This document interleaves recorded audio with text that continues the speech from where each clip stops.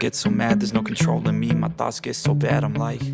Na verdade, assim, o assunto que nós vamos tratar, ele é um assunto que leva a gente para a tal da força centrípeta, tá? Que é uma força sempre presente quando você tem curvas. Toda vez que você tem uma trajetória curva, ou seja, não é um movimento retilíneo, aí você tem a presença da força centrípeta. Tá? Então eu vou ler essa situação e vou trazer uma figurinha aqui bastante interessante para a gente entender algumas situações que são situações padrão, onde a força centrípeta está presente. Tá? Então ele coloca o seguinte, ó, a sobrelevação das pistas nas curvas de autódromos, velódromos ou mesmo em avenidas, rodovias ou ferrovias, dá mais segurança aos usuários, dificultando ou impedindo que os veículos sejam arremessados para fora da pista, quando em alta velocidade. Beleza. Aí eu vou trazer essa figura para a gente, que ela vai nos ajudar, assim, de uma forma bastante importante, tá? Então, veja, o que ele está falando é sobre essa situação aqui que o carro está, tá vendo? Então, o que representa esse ângulo, né? Deixa eu marcar o ângulo aqui em azul. Ó, o que representa esse ângulo aqui, ó? Ele representa uma inclinação da pista em relação à horizontal.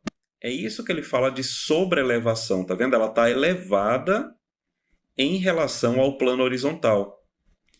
E aí, por que isso é usado para proteger o móvel, né? Para proteger um motorista, um ciclista e tal?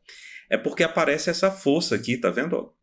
Essa força centrípeta que faz com que o veículo que está, ou o móvel que está trafegando nessa pista que tem uma curva, que ele não seja arremessado para fora da curva. Ó. Ele não é arremessado nesse sentido aqui, nessa direção e nesse sentido. Simplesmente por causa desse ângulo. Beleza? Não tem a ver com o atrito propriamente falando. Não tem a ver com o atrito. Tem a ver com esse ângulo aqui. Beleza? Então vamos já pegar alguns conceitos aí. Então vamos lá. Só existe força centrípeta em trajetórias que são curvilíneas e não em trajetórias retilíneas. Ok? É o primeiro ponto. O segundo ponto é que nesse caso nós temos um ângulo aqui que é um ângulo de inclinação da pista para favorecer a segurança do móvel e esse móvel não ser arremessado para fora dessa trajetória, tá? Agora, a força centrípeta, ela não está presente somente em pistas que são sobrelevadas. Por exemplo, essa situação aqui do pêndulo. Veja, ó, como a bolinha do pêndulo, ela vai fazer uma trajetória curvilínea, ela tem uma força centrípeta que aponta para o centro da trajetória. Tá vendo? Certo. Ou, por exemplo, esse avião aqui, ó. Esse avião aqui. O que é que está acontecendo? Ele está fazendo uma curva. O que é que ocorre? A trajetória, ela é circular. Ó, ela é circular, tá vendo? Ó, ele vai fazer uma curva, ou seja, tem uma trajetória circular. E tudo que é trajetória circular tem sempre um centro e um raio de curvatura. Teve esse elemento, eu vou ter uma força centrípeta que aponta para o centro. Ó. Aqui eu teria uma força centrípeta que aponta nessa direção e nesse sentido aqui. Então eu teria uma força centrípeta. Tranquilo? Tranquilo. Então, beleza. Então toda trajetória curvilínea tem uma força centrípeta que aponta sempre para o centro. No caso das pistas sobrelevadas, eu tenho um ângulo aqui também. Ok? Aí eu vou seguir aqui na leitura e a gente vai ver que a leitura tem a ver com isso. Então ele diz, ó, considere a seguinte situação.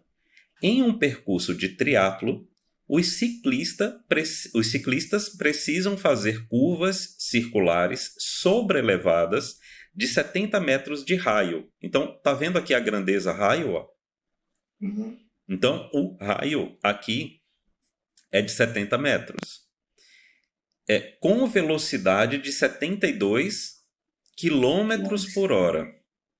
Então, nós temos o raio de 70 e a velocidade de 72 km por hora. Obviamente, aqui a gente tem uma inadequação de unidades. Ou eu coloco o raio em quilômetro, ou eu coloco a velocidade em metros por segundo. Não dá para eu trabalhar com unidades diferentes. Então, é sempre mais fácil pegar a velocidade e dividir por 3,6.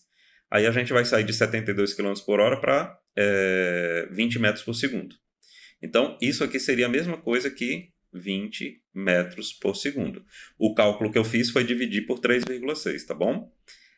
Então, de quilômetro por hora para metro por segundo, divide por 3,6. Se for o contrário, ou seja, de metro por segundo para quilômetro por hora, multiplica por 3,6. E ele deu a aceleração gravitacional, aqui ó, o G, ele deu como sendo 10 metros por segundo ao quadrado. Tudo bem? Tudo bem. Aí ele fala, ó, represente as forças que atuam sobre o sistema bicicleta-ciclista.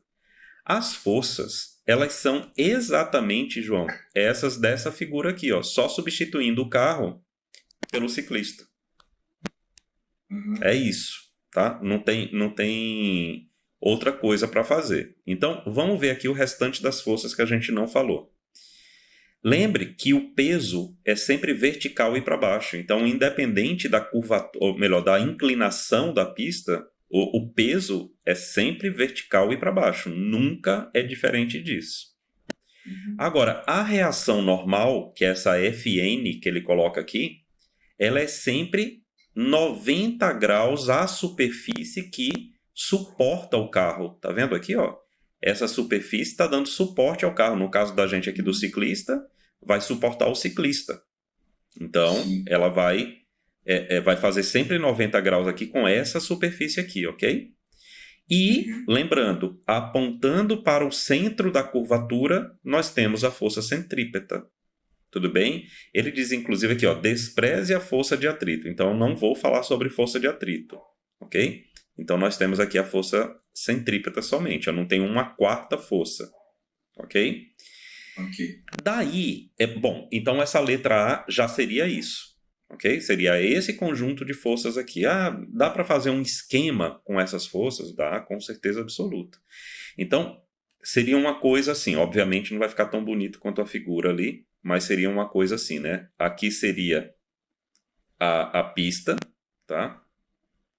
Aí eu vou colocar aqui uma bolinha aqui significando que é a bicicleta e o ciclista. E as forças, ó. Então eu tenho força-peso para baixo. Tenho a força normal fazendo 90 graus com a superfície. E tenho aqui a força centrípeta apontando para o centro da trajetória. Então seria isso aqui, ó.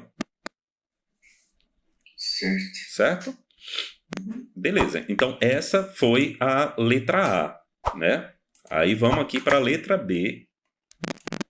Então ele fala o seguinte, ó. Qual deve ser o ângulo de inclinação da pista nesse caso? Bom, vamos agora pegar essas expressões aqui e juntar nessa figura aqui para você entender por que a gente acaba tendo essas expressões aqui, tá bom? Veja bem o seguinte, ó. Se eu pegar essa força-peso e colocar aqui fechando esse triângulo, ela vai caber exatamente aqui como chama? Nesse cateto do triângulo que desce aqui, tá vendo? Ó?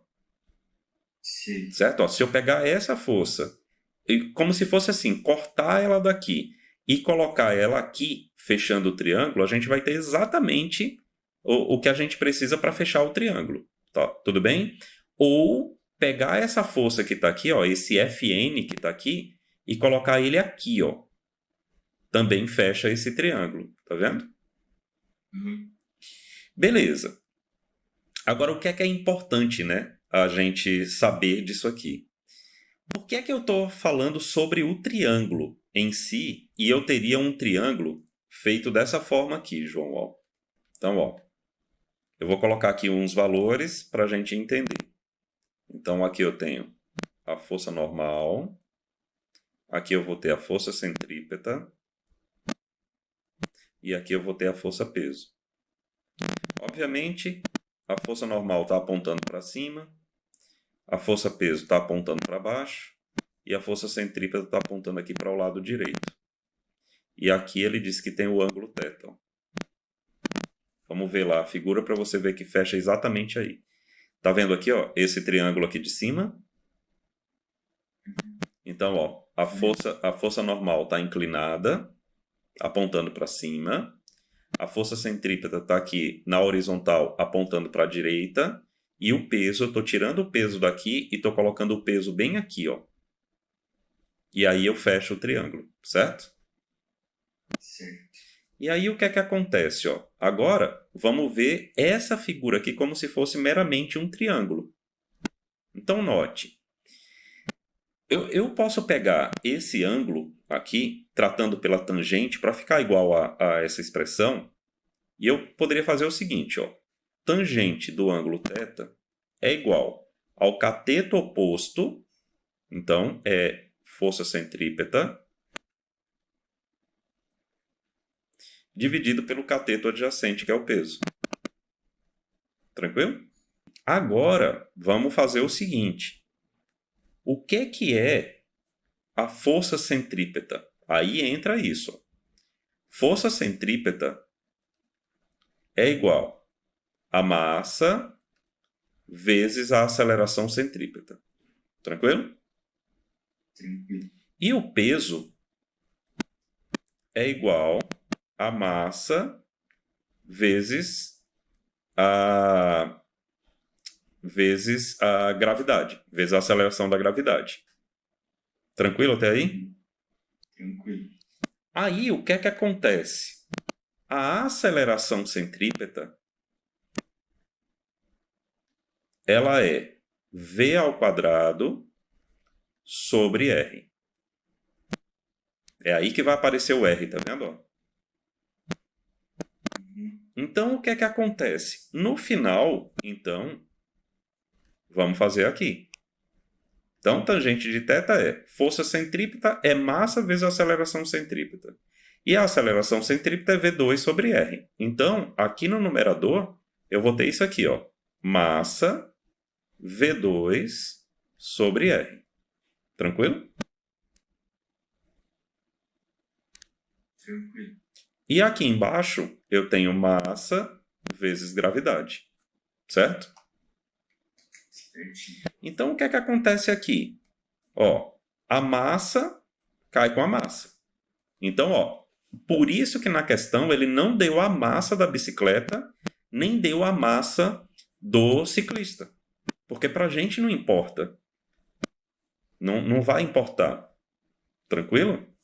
Tranquilo. E como é que eu divido duas frações? Não é multiplicando a de cima, multiplicando a de cima pelo inverso da que está embaixo? Lembra disso? Sim. Então, ó, eu vou pegar a de cima Lembro. e vou multiplicar pelo inverso da de baixo. Ó. Então, o que é que acontece? No final, eu fico que a tangente desse ângulo é v ao quadrado sobre rg. Tá vendo? Ó, que nem está aqui na figura, tá vendo? Ó? Tá. bem. E como é que através disso eu respondo essa questão? Ó? Qual deve ser o ângulo de inclinação da pista nesse caso? Então ele quer saber o θ. Ele quer saber qual é esse ângulo de inclinação. Aí, beleza. Mas é importante você entender de onde vem essa equação aqui, certo? Então nós temos aqui, ó, que a tangente desse ângulo é igual à velocidade do ciclista dividido pelo produto entre o raio da trajetória e a aceleração gravitacional. Ele deu tudo. Ó, tangente de θ é, lembra, velocidade 20 metros por segundo. Só tem que ter cuidado com as dimensões aí, tá? Então, 20 ao Certo. quadrado. O raio da trajetória ele disse que era 70. E a aceleração da gravidade ele disse que era 10. Não é? Aí vai ficar assim. Tangente de θ igual 20 ao quadrado é 400. 400. 70 vezes 10, se a gente quiser fazer, é 700. Então, ó, eu corto aqui, ó, 0 com 0, 0 com 0. E aí eu tenho que a tangente do ângulo é 4/7. Certo? Agora, e o ângulo? Né? O ângulo é o arco cuja tangente é 4/7. Isso aqui tem muita gente que se desespera quando eu escrevo isso aqui. And now that